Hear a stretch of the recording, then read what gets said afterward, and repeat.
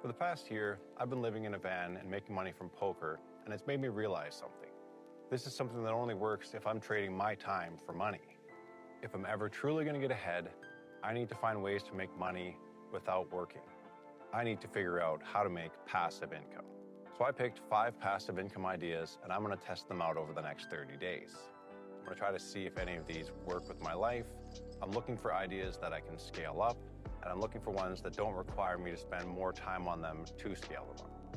So the first one I'm going to do is staking poker players.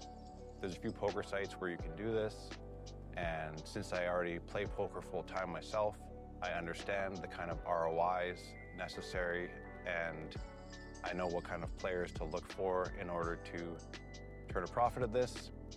This is an area that also scales up because as the more money you get, the more you can back higher stakes players, you can back more different players, and when you get a large sample size like that, it actually helps variance because it stabilizes the ROI over it.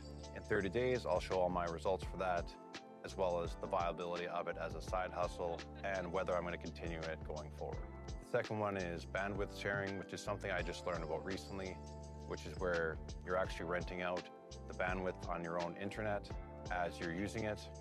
I don't have high expectations of this one. I think it's only going to make a few dollars a month, but when you're at zero with that for now, it's a worthwhile area to check out. Third one is ebooks. Now this is one I've resisted doing so far, and I don't really know why. There's a lot of areas that I think I can provide a lot of expertise. For example, with poker, with the mindset of poker, even things like van living and sort of even just the things where I know I can help somebody to have a quicker learning curve to, for example, making money in poker, having a better mindset about the big scale of things and all that kind of stuff. And it's also one of those things where if you make them and even 1 or 2 people are buying them a month, it's just money that you're making without having to put any more effort into. So I'm going to give it a real shot. Fourth one is affiliate income. Again, it's one that I've resisted putting into any of my videos so far. And again, I don't really know why. The van life stuff makes sense. Stuff for coffee products, I should definitely be putting that in my coffee videos. And, you know, poker programs. I use a bunch of poker software that I would recommend to family and friends.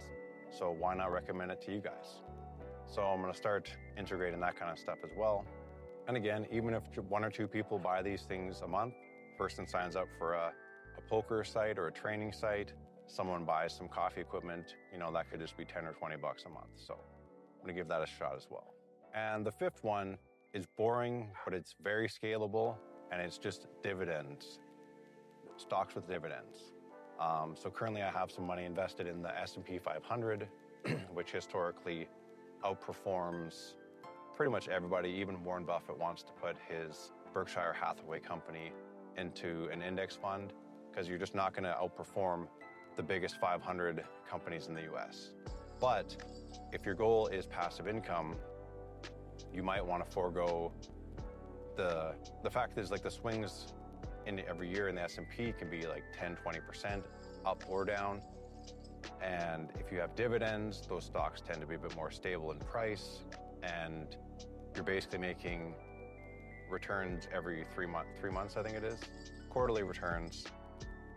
And so I'm going to just put a little bit of money into some of those and decide whether that's one I want to continue. I think it probably will be, just because, you know, if you have 1,000 stocks of something that makes, you know, $3 every 3 months, right? That's a few $100s, and it's a kind of a windfall, and you could reinvest it.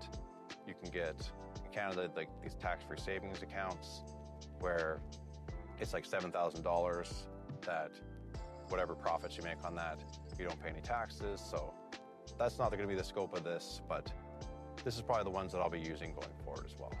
So that's what I'll be doing over the next 30 days. I'm going to give each of these 5 areas 30 days to kind of see what they can be.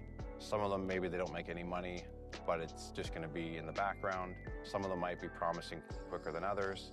And I'm going to give each a rating out of 10 in terms of the difficulty to start them, in terms of the cost factor. For example, like ebooks, it's not going to cost anything, so that's obviously a 5. dividends are obviously going to have to pay, hundreds of dollars to get even a few dollars back. And yeah, I'll let you know how these go in 30 days.